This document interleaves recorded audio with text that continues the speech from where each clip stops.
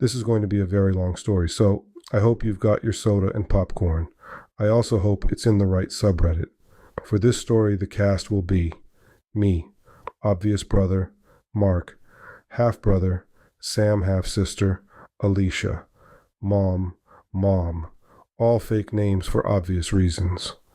Disclaimer, for reasons so you don't have to read my entire life story, there will be time skips throughout the story. Some of it won't make sense, and there may be more questions after it's done, but I'm just condensing this down to bare bones, including the important events and the revenge.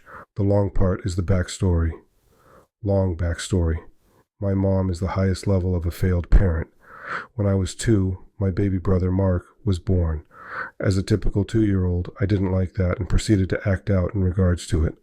As time went on, though, I learned from my grandfather and grandmother that treating someone like that wasn't a good idea, and then turned my act around to love and care for him and help out where I could. However, this didn't change much. My mother basically threw me away to be raised by my grandparents because I was a demonic hell spawn of a child. In her mind, her new child was latest greatest, and I was just old news. Let's time skip. My mother has now had her 4 kids, Mark and I with my dad, and Sam and Alicia with my stepfather. I'm about 13, Mark 11, Alicia is about 1 or 2, and Sam was just born. Mom and dad are divorced, mom married stepdad, and I am at the rebellious age now where things don't make sense to me, and I feel like I know everything, so my stepdad's idea is to beat it out of me. Every time I showed any sense of individuality or questioning something, I got beat for it. Sometimes right in front of my mother, and she didn't care a bit. This is where the trigger for me wanting my revenge started, but being 13 and sadly, a little on the mentally damaged side from all of the beatings, and having a bookcase full of books land on me at around 11. I had no concept of what sort of revenge would come from my mind at the time, so I decided that waiting would be best. Mom's mistake 1 has been made. On top of that, my mother and stepdad refused to do any housework, instead waiting for the weekend when Grandma and Grandpa would leave to visit Grandma's mother, and put us to work cleaning the house and doing stuff adults should be doing. Now, I get the concept of chores. Chores are fine. It's when you make your child climb ladders and get on the roof at the age of 11 to clean out gutters, or climb trees to snip branches and such, that it gets a bit too dangerous. This happened since I was about 10. Yes, I know.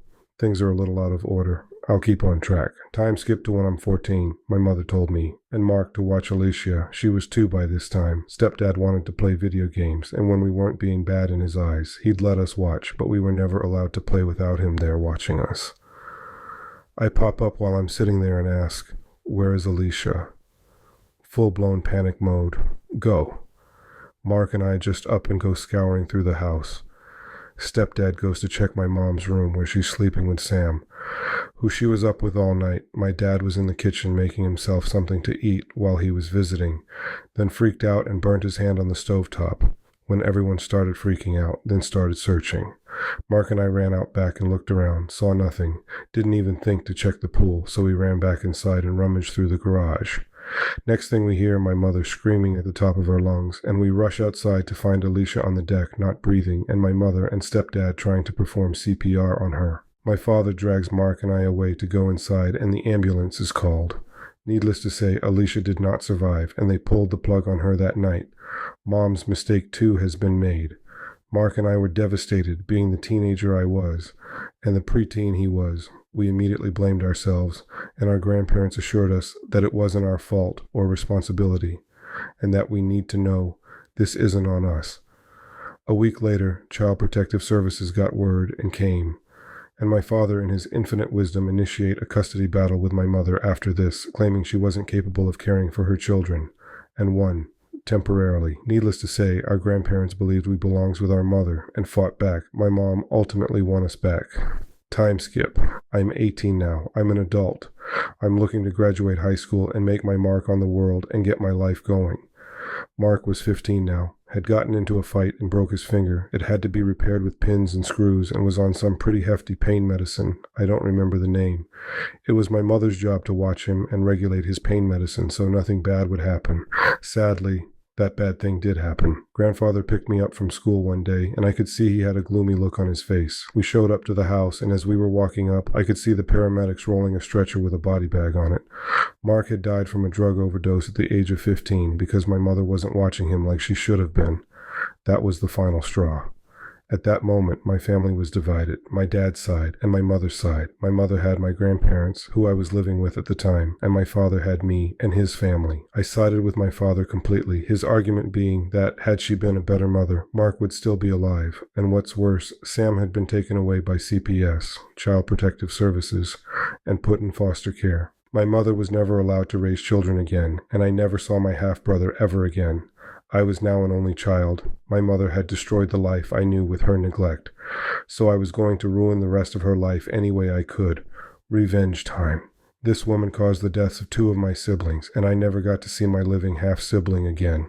Abused me mentally, emotionally, physically, took away my childhood, and every time I look at her, I can't help but seethe with unmitigated rage. The first revenge.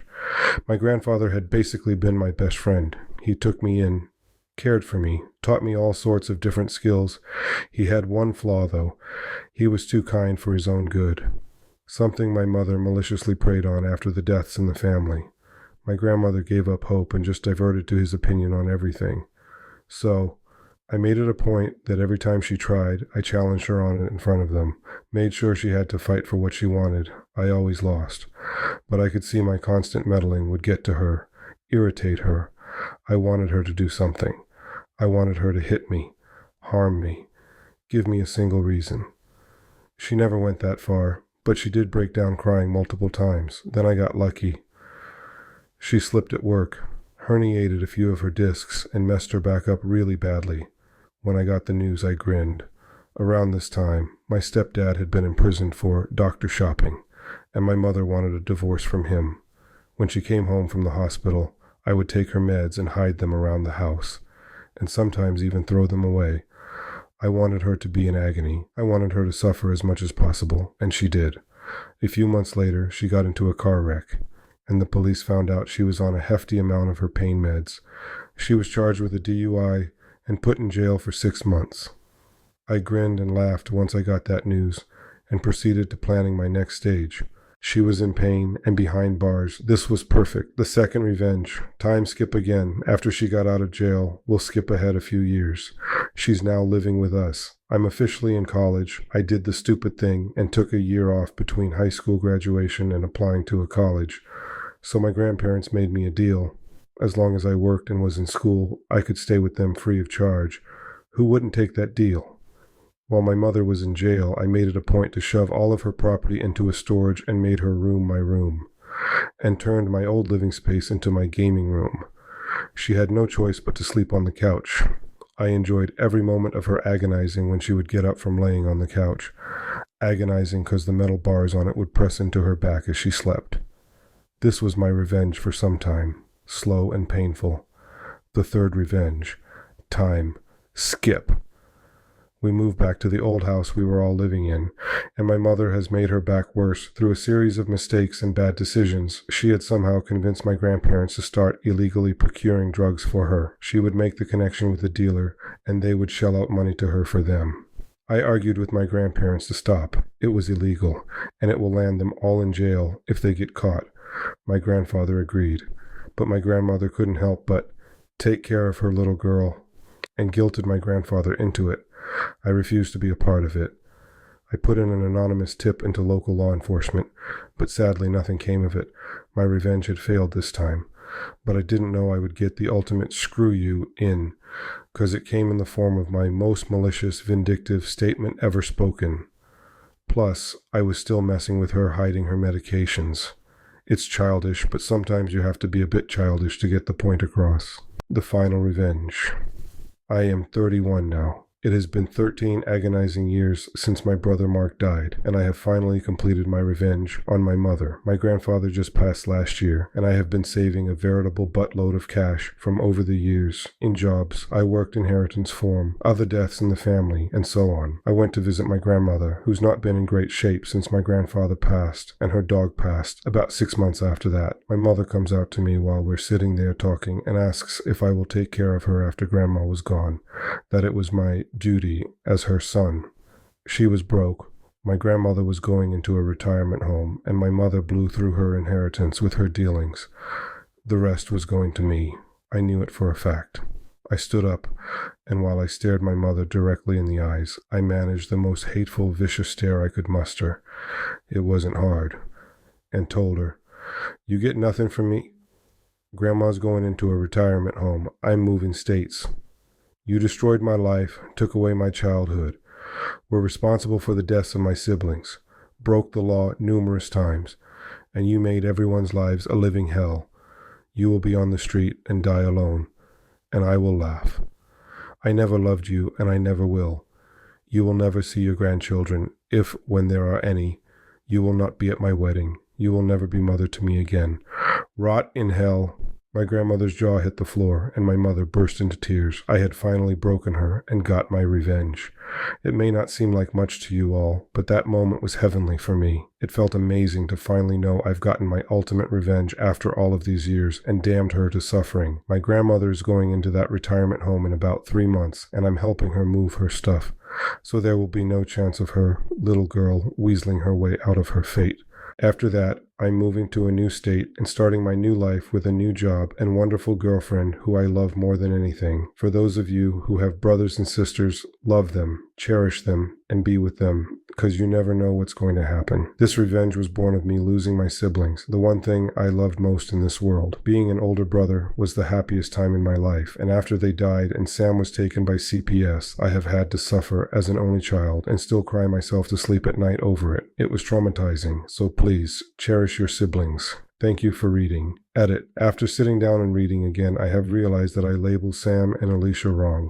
They are my half-siblings, not my step-siblings. Same mom, different dad. Apologies. Edit 2. Thank you for the gold awards and all the support and advice I got in the comments. It's been very helpful.